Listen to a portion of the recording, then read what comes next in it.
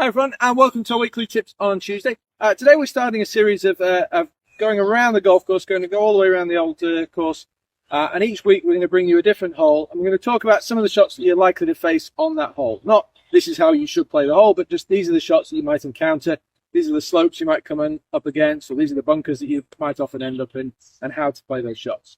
So today we're on the beautiful first hole of the old course. We're quite a long par 3 to start us off with. And the first bit of advice I would give you, and the first bit of advice I think for everybody, is to take more club. As I'm sure most of the captains that I've played with over the past few years will attest, rather than being left 10 or 15 yards short of this green, you want to take a little bit more club than you would normally hit, and to make sure that we get past those bunkers and try and get that golf ball on the green.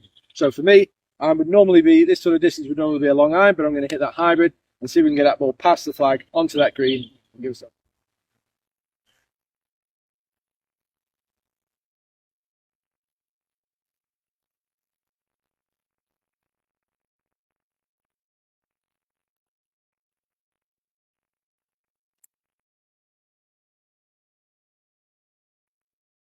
Okay, now, as much as we'd love to think that we're going to hit the green every single time, the reality is if you play this hole often enough, then there's a pretty good chance at some point we're going to end up in one of these two bunkers at the front.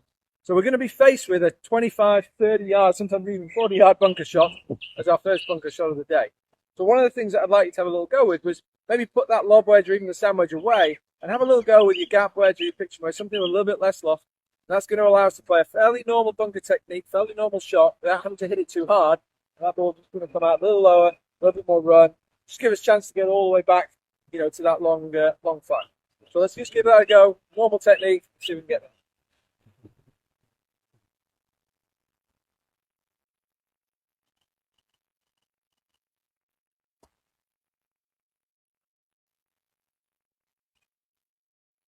Okay, so you can see that ball's come out a little bit lower, just run down there, somewhere near the flag. Hopefully we'll see if we can go ahead and make that putt. Okay, so we've done all the hard work, we've made it onto the green, but one of the things that we need to look out for on this hole, well, one of the things that a lot of people sometimes kind of miss is just how much this green slopes from front to back. So the highest point being the front of the green, lowest point being the back of that green. Again, a lot of times we never get all the way down to the back of that green because we come up short. But if you actually go and have a look and stand at the back of that green and look back towards the front, you'll see just how much uphill that is. So quite often we've come up short, we're near the front of the green, we're putting downhill with our first putt of the day, we can often race that ball past.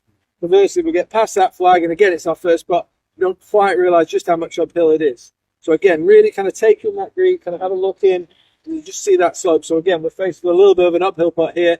We're going to make sure we just give it that little bit extra, see if we can make it, get it.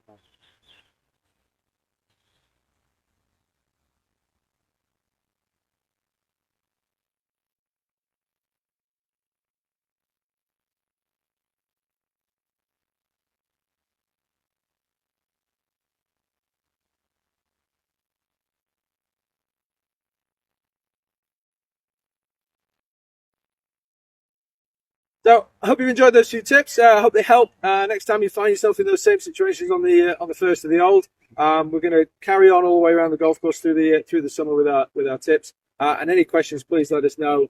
We'll see you all next week.